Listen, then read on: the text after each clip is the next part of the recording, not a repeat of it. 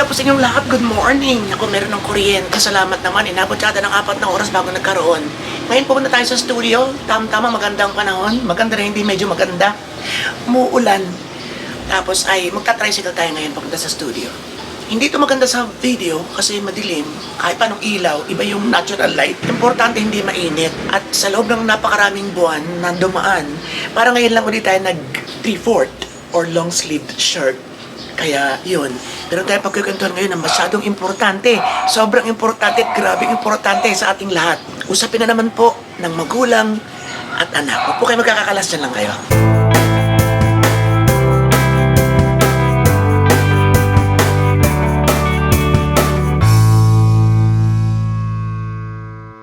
Okay, hello po sa inyong lahat. Gamit tayo ng microphone. Hawakan na natin para sigurado.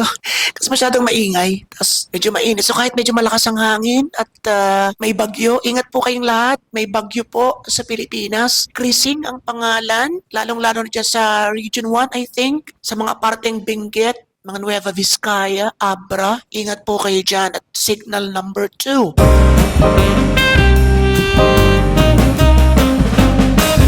Pag-usapan natin ngayon ang isang kontrobersyal na issue na muli magpapainit ng usaping magulang at anak. Ayan. Tayo ba ay papor dito o hindi? Kayo ba ay magiging papor dito o hindi? Start na tayo.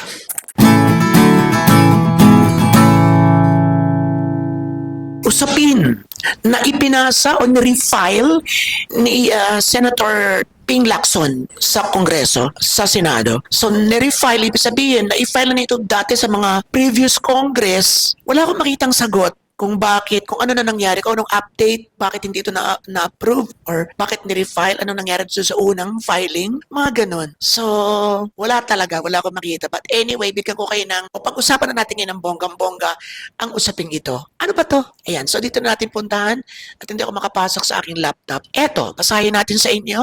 Ang news ay galing sa ABS-CBN. Eto yung Parents Welfare Act of 2025. It is about elderly parents in need of support.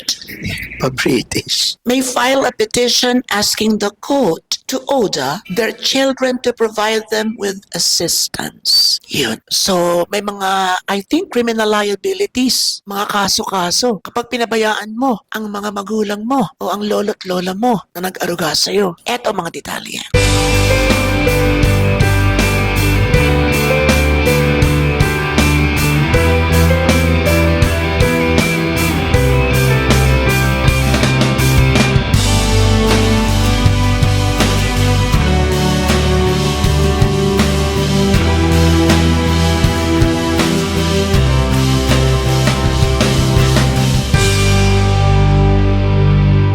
Medyo naiyak ako dun sa ilang in-interview nila, kagaya nitong si Marcela, 66 years old. Basahin na rin natin. Kumikita siya. She earns spare change by holding doors open at convenience stores. She previously collected junk to survive until chronic leg pain limited her mobility. So nagkasakit. Pero ang sabi niya, napilitan ako mga lakal tapos magbukas ng pinto kasi wala namang mag-aabot sa aking mga anak eh. Nahihirapan din ako maghanap buhay kasi may nararamdaman ako. Pero hindi siya pabor dito sa batas na to. Sabi niya, gusto ko yung magbibigay sila sa akin yung hindi sa pilitan. May pagkukulang din ako sa mga anak ko. Yan, dito medyo nabagbag yung damdamin ko. Sana mapasa ito ng kanilang mga anak na alam naman minsan ng mga magulang yung kanilang mga pagkakamali. May pagkukulang din ako sa mga anak ko.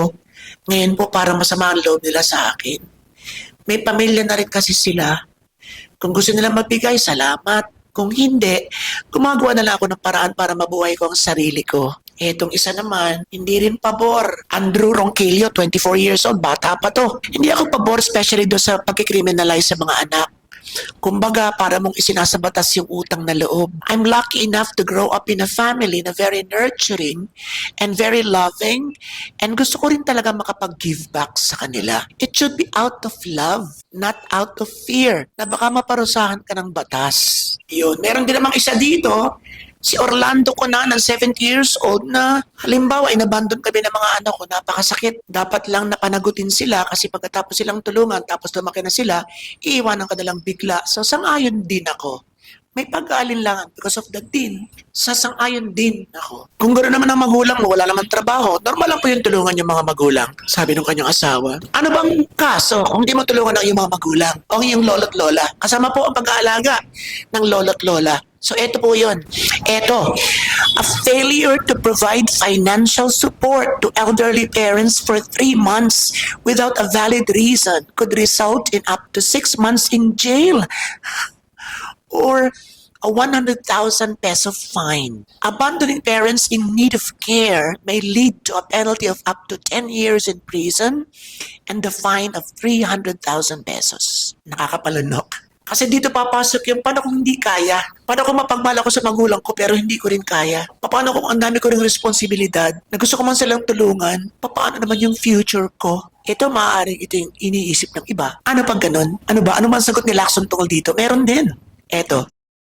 Lacson clarified several misconceptions and insinuations raised about this bill. Abuse, abandonment, or neglect by parents of their children are exempting circumstances. Under the proposed measure, walang obligasyon ng anak na magsuporta sa magulang na ng abuso, nag-abandon at nagpabaya sa kanya. He noted that under Section 16 of the bill, if the court determines that the parent in need of support had abandoned, abused, or neglected the child, it may dismiss the petition or reduce the quantum of support. The bill also pointed out that children who have no financial capability to support their parents are not obliged to do so.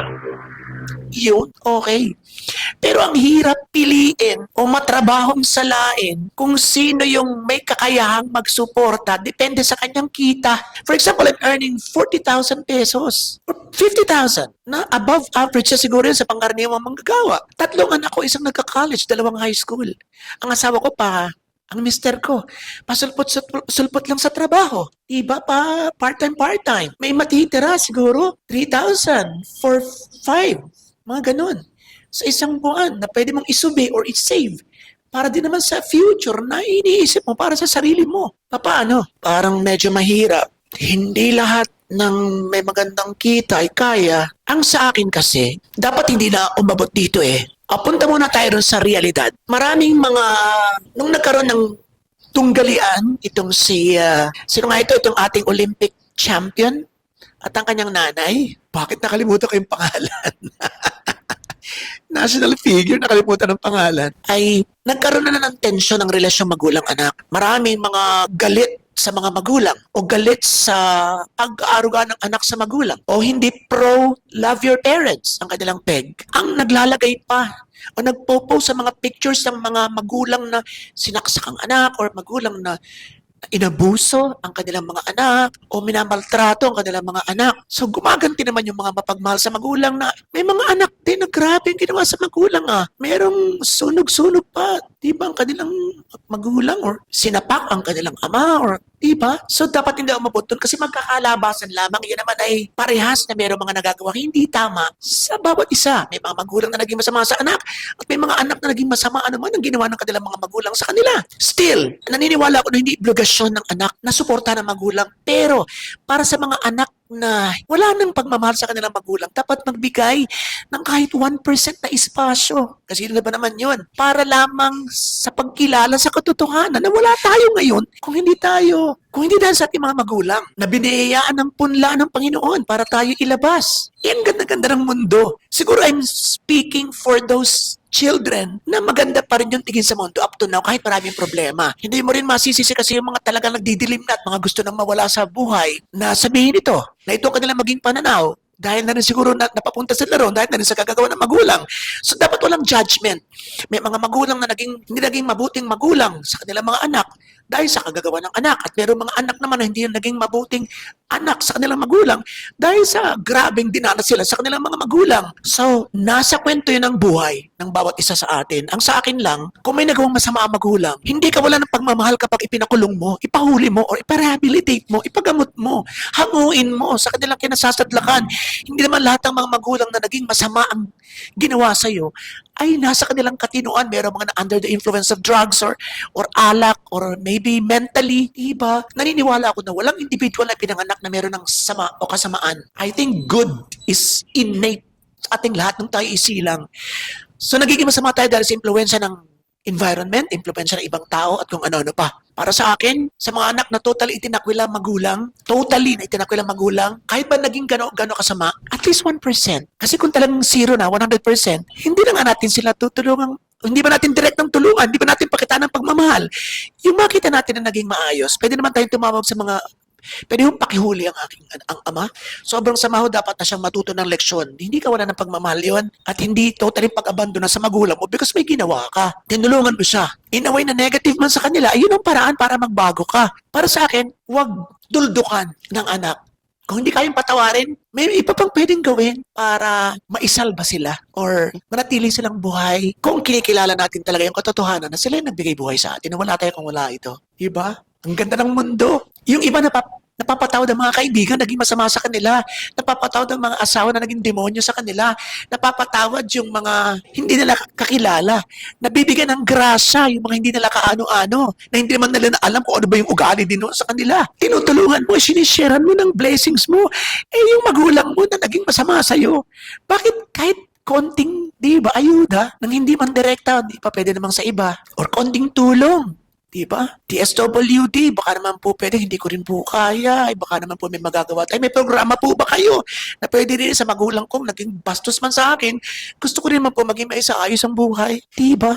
Di lalo na sa mga magulang na hindi naman naging demonyo sa'yo, pinag-aral ka naman, kaya lang sumama ng ugali, matanda na at makulit na at kung ano nang hinihingi. Pero nung pinag-aral ka naman, inayudahan ka. Kaya nga lang, ay tarat-itat. Kasi na ba? Tulungan mo. Diba? So, hindi lang yan perang tulong, hindi lamang yung kasama ka lagi ang tulong, hindi lamang yung lagi mo minamasaya araw-araw ang tulong. Maraming tulong na pwedeng ipabot sa kanila kung hindi mo man sila kayang mahalin ng buo o patawarin. Maraming pwedeng aksyon na pwedeng i-ano sa kanila. Bilang respeto na lang sa kanilang pagiging magulang. Kung hindi man sila nagbigay ng respect sa'yo, hayaan mo na. Huwag mo na lang mahalin, huwag mo na lang patawarin. Pero, huwag mong ipaubaya sa kapitbahay ang pagtulong sa kanila.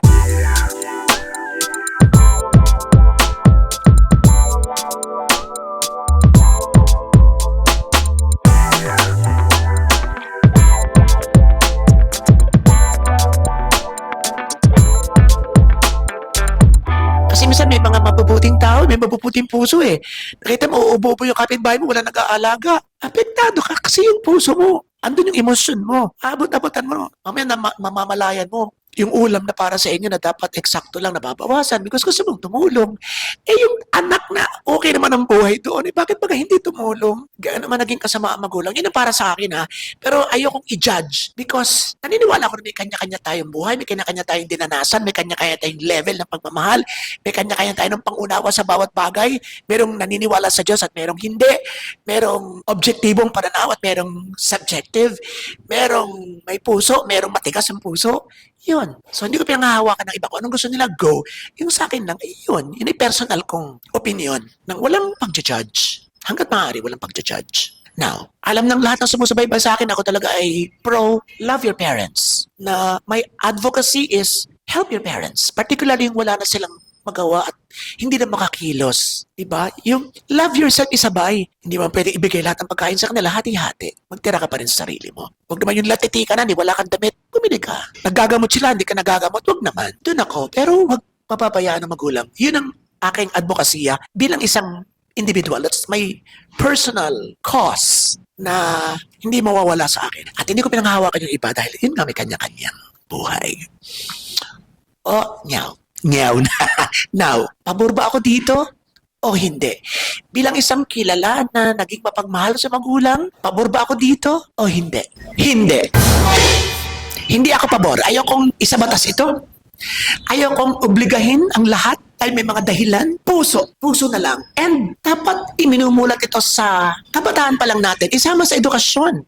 Para hindi na umabot sa ganito na magkakabaranggayan pa. Diba? Magkakaroon pa ng mga kaso-kaso. Lalo magkakaroon ng lamat. Yung may kaunti pang natitira ay baka lalo pang mawala o mapatid. Dahil dito magkakaroon ng tension.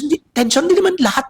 May kakayahan at hindi naman lahat ay merong hindi kakayahan ng financial support at hindi na lahat ay may kakayahang magpatawad agad-agad. So dapat para sa pagkabata pa lang para maimulat siyang pagmamahal sa magulang no matter what peg. na marami naman pwedeng gawin paraan kung talagang walang kapatawaran ng ginawa ng magulang sana, ay at least emotionally stable or handa ka or may karoon ng konting maturity para maunawaan na mabigyan ng konting espasyo ang pagmamahal, ano man ang nangyari. Dapat bata pa lang sinasabihan na tayo o itinuturo na sa atin na mahalin ang magulang. At mga magulang, mahalin nyo rin ang inyong mga anak. Pag kayo naging magulang na mahalin nyo inyong anak, two-way. Pag matanda na magulang at ikaw naman ay tinulungan, bagamat hindi ito obligasyon at bagamat obligasyon na magulang tulungan ang anak, ay ikaw ay tinulungan. Ginawa yun dapat. Pinag-aral ka. Ibinigay sa'yo halos ang lahat. Sinusubaybayan ka, ginag-guide ka. Namumura ka man minsan, is yun ay para sa iyo. Diba? Suportahan natin kung merong labis, kung meron tayong kakayahan, kung hanggat kaya pa, at kung may nagawa masamang ating mga magulang, unawain natin mabuti kung bakit nangyari ito, bakit tumantong dito. Mga ganun, dapat itinuturo na sa atin para may kahandaan ng lahat pag dumating ang ganito. Kasi minsan nagkakaroon na ng conflict ang magulang-anak relationship kapag may mga asawa na. So nakakalimutan na totally ng mga anak yung tatay na nung bata ka, talagang hatid sundo ka, hindi na makapagtrabaho dahil may trabaho yung nanay mo, yung tatay mo, pagkatapos mag-tricycle, yung tatay mo na nangalagaan ka ng alas 5 ng hapon hanggang alas 7. Nung lumaki ka na, yung tatay mo medyo, wala na pala, nung lumaki ka na, yung tatay mo medyo napapalo ka na o namumura ka na dahil may mga ayaw dun sa nanliligaw sa'yo, nakalimutan mo na yung nagawa niya dati na naging mabait din naman sa'yo. Yung mga ganun. So dapat ay napupukaw na agad ang damdamin at pang-iisip ng mga bata tungkol sa hanggang saan ang hangganan ng obligasyon ng pagmamahal sa magulang o ng pagsuporta sa magulang, ano-ano yung mga bagay na nakapaloob dito, etc., etc., etc., etc., etc. Yun. Palagay ko ay pinaka-the best yun na isama sa lesson ang relasyong magulang at anak para hindi na umabot sa ganito. Hindi ako pabor dito dahil ayoko rin talaga na merong takot at merong pressure na tulungan ang magulang. Dapat ay innate sa atin na ang magulang ay dapat din nating tulungan. Lalong-lalo na kung hindi na nila kaya. Dahil pag tayo naman ang magulang at lolo't at matanda at hindi na makagay, hindi ba tayo pwede magsuplada na hindi ko kailangan at tulong niya. Mamatay ako mag-isa dito. Ako hindi. Huwag niyo akong bigyan. Nasa loob-loob naman natin, naghihintay tayo nang gusto rin nating tulungan tayo. Mahirap na yung sinabi natin sa ating sarili, post tayo ng post, hindi dapat tulungan ng anak ang magulang, ganyan-ganyan. So, pag nabasa ng anak mo, mahihiya ka tuloy na sabi ng, Ining, baka naman pwede makahingi muna ng Ining. Kasi nga, nagmaganda ka na ng kabataan. So, seriously, hindi ako pabor, pero pabor ako na dapat, hindi man obligasyon, ay dapat magbigay ng puwang sa puso ng bawat anak ang pagmamahal at pagpapatawad sa ating mga magulang o sa mga nakatatanda. Bukas po ang comment section para sa inyong sari-sarili mga posisyon tungkol dito. Okay po? At walang problema, walang away. Huwag po mag-aaway-away. Huwag nang sasagutin kung may nagpost ang against sa inyo. Doon kasi naging walang away. Nagpost yung isa ng pabor dito, sasagutin na. Yung isa nagpost naman ng against dito, sasagutin pa. Mag-post na lang kayo ng inyo or mag-comment kayo ng inyo. Okay? Ayan. So, maraming salamat sa inyo lahat. Si Fernando Bato, sa ganun ko sa mas. At mabuhay lahat ng Pinay sa masulap ng World of Pathology pa more and more and more. Thank you!